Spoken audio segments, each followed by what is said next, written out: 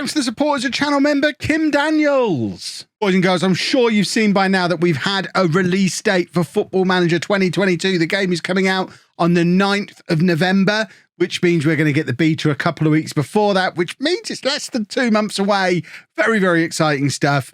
And as with previous years, I've once again teamed up with 2Game to get you a discount whilst helping support the channel as well. Full disclosure, this is an affiliate deal, but it also gives you a discount off the price that you would pay on Steam. As you'll know if you've watched the launch trailer, Sports Interactive themselves are offering a 10% discount off of the retail price. So recommended retail price is $39.99.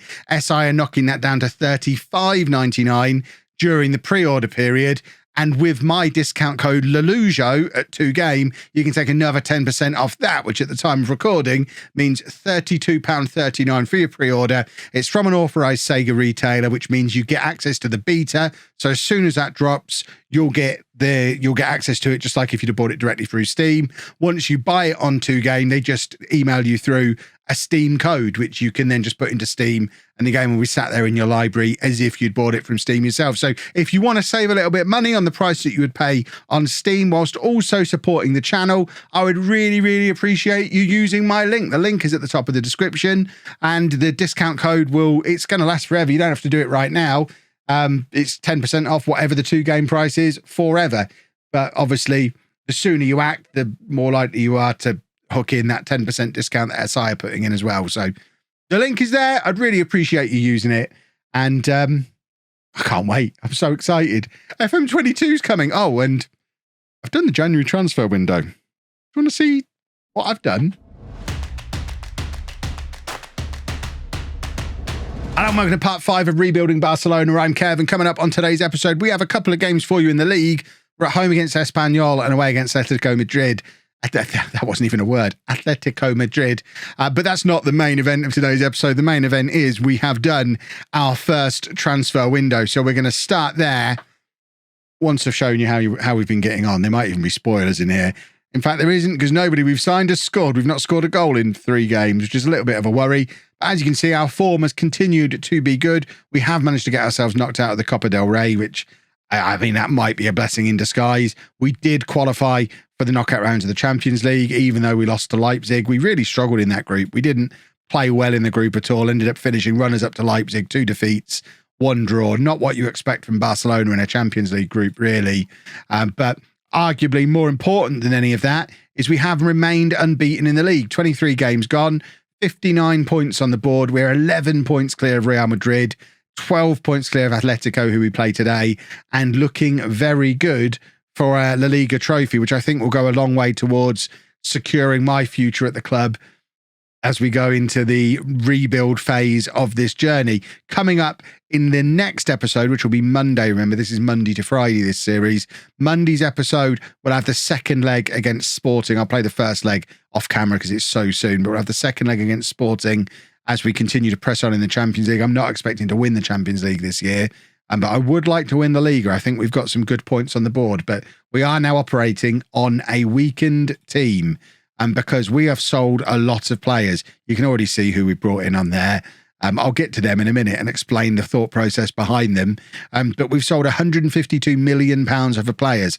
Samuel Umtiti, he was the first to go. He's gone to Monaco for £19.25 million. He was earning a significant chunk of cash and wasn't really being used. So that was an easy, no-brainer starting point for us. But we still had a long way to go to be able to get to the point where we could start bringing players in. As you can see, we weren't able to start moving for players until right at the end of the window when these transfers started to go through, because we needed to clear that wage budget and bring in some money for transfers of our own. So Umtiti was the first to leave. The next big name player to go in amongst all of these youngsters and loans was Ousmane Dembele, who was out of contract at the end of the season. We actually managed to get a fee for him. £38 million he's gone to Manchester City for. He was earning £200,000 a week with us, and he's actually gone there on a pay cut, which is interesting, because if we'd have known we could have got him for that kind of money, we'd have probably kept him. That's a familiar story. We're going to see that one again in a minute, but 38 million for him, I think, bearing in mind he was out of contract, is a good piece of business. An even better piece of business is Philippe Coutinho on the same day going to join Messi at Paris Saint-Germain in a £62 million deal and it was a £400,000 a week wage off of the wage budget. Those two transfers going through on the same day brought us back within our wage budget. You can see Coutinho has taken a £150,000 a week pay cut to go to Paris Saint-Germain. But those two alone, that's 600 grand a week off the wage budget and £100 million into the kitty. Some big business there. This next one we didn't really want to do. I didn't want to sell Araujo, but he wanted to go. Chelsea offered 25 million. He dug his heels in and got a grumpy on and wanted to go. And we weren't really using him. The plan was to use him. Now Titi was leaving. At this point, Longley might have been going as well. He didn't in the end, but there were offers for him. And PK's getting on a bit. So my plan was to start using him, but he insisted on going. We dragged as much money out of Chelsea as we could and got £30 million for him. And then Braithwaite going to Nice, only a £1.6 million fee, but crucially, a £100,000 a week salary, or £105,000 a week, I think he was getting off of the wage budget. And again, accepted far less money elsewhere, and all of that added up to £152 million. That's not the total of the players who are leaving. Neto is going to be leaving to head back to Brazil on the 1st of March. So we've got him for another month or so. Then he goes for £2.7 million, and that's another £100,000 off the wage budget. And Sergi Roberto joins Liverpool in the summer. We weren't able to offer him a new contract. We couldn't sell players quickly enough to offer him a new contract before he'd already agreed to sign for Liverpool. This transfer had gone through before the sales of Coutinho and whoever else. And it's frustrating because he's signed at he's at 175 a week for us. I think he's going to Liverpool on like £135,000 a week. So he's taken a massive pay cut to go there. We could afford that. Some of the players we brought in are earning that kind of money. And it feels a little bit unfortunate to lose him, and did lead to me panic buying a replacement that maybe the money could have been better spent elsewhere. But we have brought in a couple of players. Firstly, a couple of loans. Mauro Icardi, you might wonder, why have I brought Mauro Icardi in on loan, paying him 170 grand a week? What's the thought process, Kev? The thought process was Sergio Aguero got injured at the start of January. It was a 6-week injury, and we were stuck with playing Luke de Jong up front, and it was breaking me. As it is, the Icardi transfer took a while to go through, and he's only played 3 times for us, and hasn't looked great. And Aguero's fit again now, but at the time, I was worried that we didn't have any backup to Aguero, and Icardi is some backup to Aguero. He's scored plenty of goals in his history, so I think he's going to be a useful backup player. He's only on loan until the end of the season.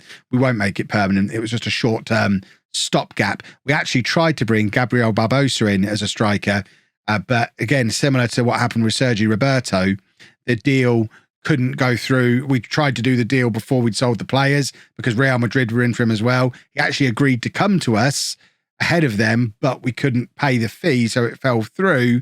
And then when I went back in for him, they wanted even more money, which we agreed to pay. But then that second time round, he chose to go to Real Madrid. So we lost Gabriel Barbosa.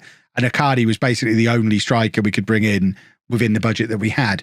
We've also got Jesus Corona, who is a Mexican international winger, can play on either side. Again, just on loan until the end of the season from Porto. Actually joins Leicester in the summer. I figured losing Dembele, losing Coutinho, we could do with some backup in these attacking midfield positions, especially because Pedri picked up a long-term injury. He's going to be out until like March, April time. So I think Corona is going to be a useful squad player to have around, as we were short on numbers in that area. And then we spent some money on deadline day. We'd built up a little bit of a spendy budget, so we thought we may as well bring some players in. Nicolas Sula, again, at this point, Longley was probably leaving. I don't know if you can still see that deal on here. No, there was offers for Garcia and Longley. I assumed one of them would go. They didn't. But Sula, I think, at 26 is a great signing. He could be PK's replacement now. Relatively cheap, only cost £13 million, £110,000 a week. If we could bring in more players like that, spot on. And you know I love a 6'5" centre-back. We are quite the aerial threat from set pieces now. And then this one I'm not so confident about. I mean, we did need another body in midfield, and there were slim pickings on deadline day. Djibril Sow, is that how you say this guy's name? Swiss international, 25 years old. Never really going to amount to very much, but he's going to do a job as a box-to-box midfielder for us for the rest of this season. And with Sergi Roberto leaving, might even get game time going into next season as well. And even if he doesn't, he's relatively cheap, £70,000 a week. I think as a squad player, it's a fine signing. It's not a great signing. It's a fine signing.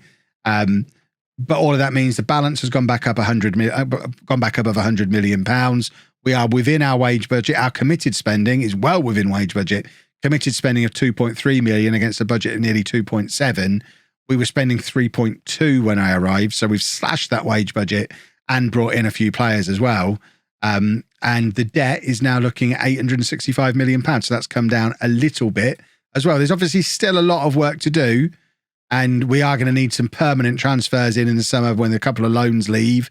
And we're definitely going to need a striker at some point. But for now, I think we're doing okay.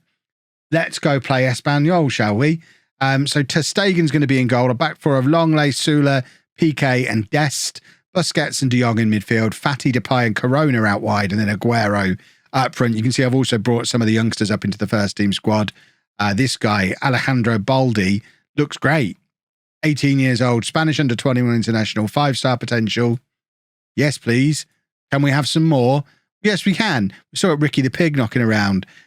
We've got this guy, Orellana, who's a little bit hit and miss, but we brought Yusuf Demir up to the first team squad. Hopefully we'll have £10 million in the summer to pay the fee to bring him in permanently, because we have used him a few times and he looks pretty decent, as you lot told me he would.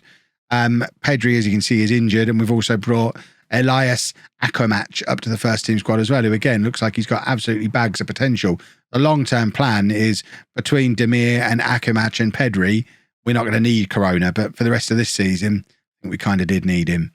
Let's get into the game. Let's hopefully keep our unbeaten run going, pick up another victory, and then get ourselves ready for Atletico.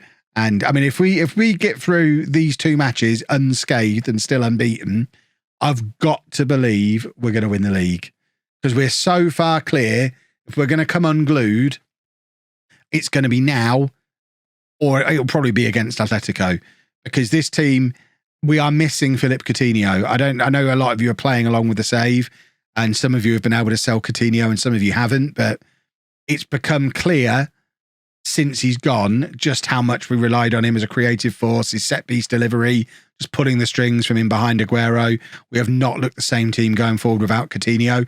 I hope that problem is fixed by Pedri when he's fit again. But for now, with no Coutinho and no Pedri, we're playing Memphis in that attacking midfielder role, and it's not the same. He doesn't do the same things that Coutinho or Pedri would do in that role. So we even played Ricky the Pig there a couple of times, just trying to get anybody to offer a creative spark. It's not really forthcoming so far. But we've gone 1-0 up in this game. That's important. Busquets with a lovely delivery, and Aguero back in the side for the first time today since his injury. We actually had a £37 million offer from Liverpool for Aguero. We hadn't yet signed a Icardi at that point, so I had to turn it down because we had no other striker. I couldn't go with Luke de Jong, but it was very tempting. And then Aguero got a grumpy on because he wanted to go, and then I had to offer him a little bit more money and a 1-year contract extension. So probably not the smartest thing I've ever done, but he is our best player by a mile. He finished runner-up in the Ballon d'Or. He's the top scorer in the Liga. I've got to hope that he can carry on at the top of his game for another 2 seasons after this one, and then that deal doesn't seem stupid. Or, on the flip side, hope that Liverpool come back in the summer with a similar big offer when we might have a bit more time to find a proper replacement then. That's not just a panic loan signing of Icardi, which is all we've managed to do this time. So just give them all a little bit of a tickle. Good work in the first half, boys. We're 1-0 up. The lead looks like it's being extended even further. Atletico drawing away against Levante at the moment, and Real Madrid play this evening against Valencia. So we're currently extending our lead even further at the top of the league. We're playing very well. We really are playing very well. So fingers crossed we can pick up a victory again today. This is Corona with the corner as Tecatito on his shirt. And there's Nicolas Sula with his first goal for the club. I told you we were going to be a threat at set pieces. Piqué, I think, is 6'4". Sula's 6'5". We're turning Barcelona into a team of big thugs and set pieces, because why on earth not? You know, any means to victory. That's what we'll take. Oh, what have I done here? Don't need to change set piece stuff. What I was trying to do is press that and have a look at fitness levels and work out who we need to take off. I want to give Sal some more game time playing as the box-to-box. Just realised I've got Busquets and De Jong the wrong way around today. How did I not notice that sooner? We're also going to bring Baldy on for Longley to get more game time into him as we try and push him. I mean, if we can develop him enough to be able to sell Jordi Alba. Jordi Alba is one of our higher paid players now. So I would not be against moving him on. We're going to bring Ricky the Pig on for Depay to play in the hole behind Aguero. Again, Icardi just looks on flabbergasted that a guy called the Pig has got on the pitch before he has. But you know what? He should have scored in any of those first 3 games he's played for us. He looked awful. Really does look... I mean, I'm glad I didn't sign him permanently because he looks like a terrible signing. But we've only got to put up with him until the end of the season. And if Aguero gets injured, I'm sure we'll be glad of him because no matter how terrible he looks, it's not going to be like having to play Luke de Jong up front. Luke de Jong's not even in our squad now. He's still at the club, but he's not registered in our La Liga squad because we needed the squad spots and he was the obvious one to just sling your up, Luke. You're not welcome here. And I mean, if I could have sent him back to Sevilla, I would have done, but the option wasn't there. There's new boy, Jibril Sal with I think it's Sal. And that's a lovely goal. There you go. That's what you spend, what, £13 million on an exciting new midfielder. I'll take that. A 4-0 win. I love the fact that we're just a good football team. Even with all the transfers that have gone on, even with ripping the heart and soul out of the club over the last year or so, if you go back to obviously Messi and Griezmann leaving and all of the transfers that have gone before, it's just a continuation of that. As a Barcelona fan, you'll look at the transfers that have gone on this January and be distinctly uninspired. But then you look at the La Liga table and you're like, yeah, but fair enough. We're going to win the league as long as we can beat Atletico now. Well, in the ever ongoing revolving door of injuries we have at this club, Sula has now picked up a virus. He's going to be out for the next 9 days or so. So Longley's going to move back over to centre-back and Jordi Alba is fit enough to come in to do 45 minutes. You know what? I'm going to put Baldy in. Alba can come off the bench if he needs to. I mean, we're playing some young fullbacks in this game. Alejandro Baldi has started 1 La Liga game previously. Serginho Dest, a couple of years older, only started 9 La Liga games, obviously been at Ajax previously as well, though, so got a little bit more experience, but relatively young, relatively inexperienced. Plus, we don't have the aerial threat of Sula. We're just going to have to make do with the aerial threat of Longley, which was pretty effective earlier in the season until we've effectively converted him to being a left-back in Jordi Alba's absence. Longley's played a lot of games at left-back since the turn of the year. But fingers crossed, if we can come away from this with even a draw would be a good result in this game. I've remembered to put De Jong and Busquets the right way round today. I think that's probably going to be more significant against a team like Atletico. And if we can get Busquets dictating the play, obviously long-term De Jong is going to be in that role. But for now, I think we have to play Busquets there. It's his position. We've got to leave him there playing as the deep-lying playmaker, pulling all of the strings for us. I don't know if Griezmann's not allowed to play for Atletico because we're his parent club. I'd be surprised if that was the case. It looks like he's not playing. Oh, my word. What has just happened? Oh, my. I mean, that's an interesting goal to concede. Some great pressing work from Sergio Aguero, really embracing the gegenpress. And Oblak's just kicked it straight in his face. I mean, that goal's hurt. And he's no-selling it as he walks away, but he's going to be smarting a little bit off the back of that. But importantly, we're 1-0 up against one of our closest title rivals. If it stays like this, we're going to be 18 points ahead of Atletico after this game and 14 points ahead of Real Madrid, although they will still have a game in hand and we still have to play Real Madrid at their place, I think. That has just squeaked. Oblak's having an absolute nightmare. I mean, this is Jan Oblak. This isn't a bad goalkeeper, but he has just conceded 2 of the softest goals you'll ever see. He's gifted us the first goal, and this one, I mean, it's such a bread and butter save for a goalkeeper of this standard.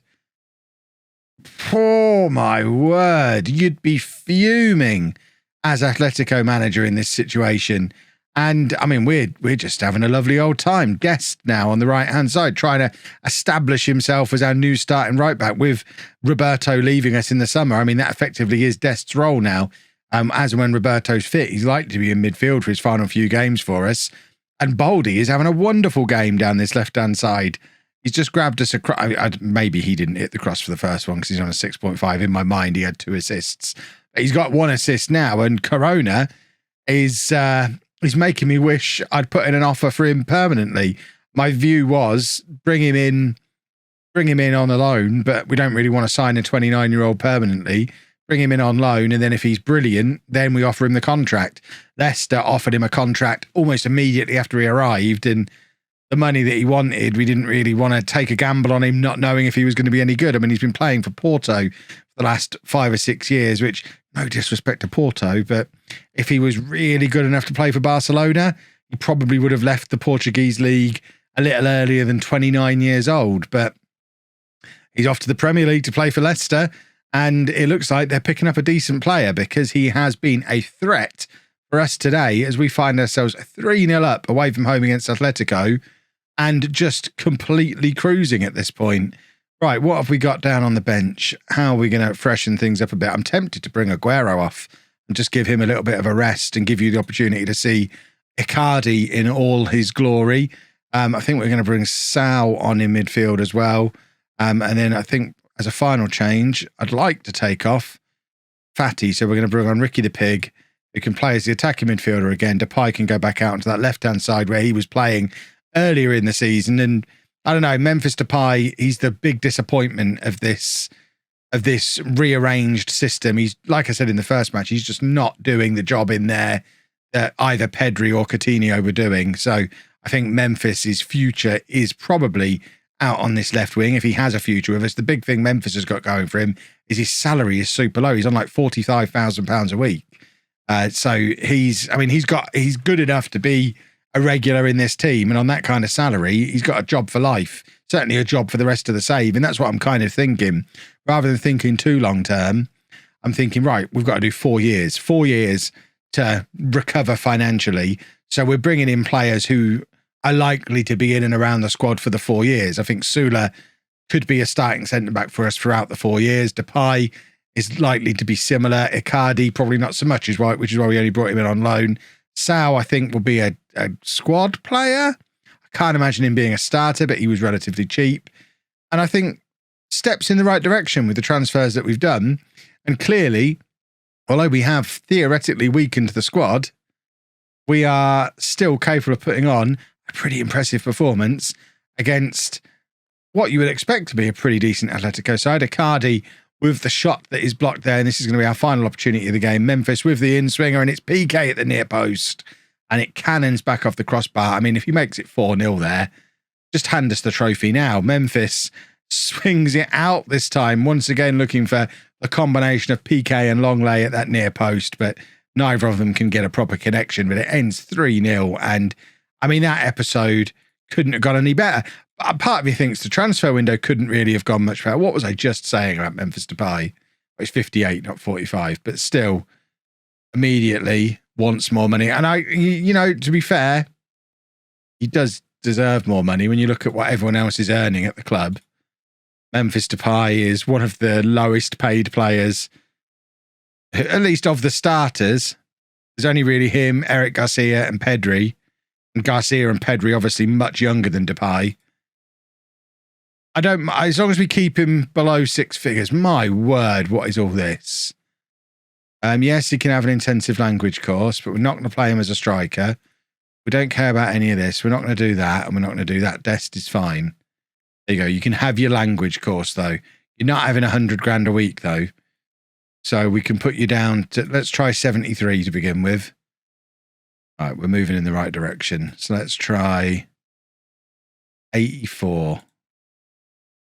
Okay, let's get him below 90 and I think we'll be happy.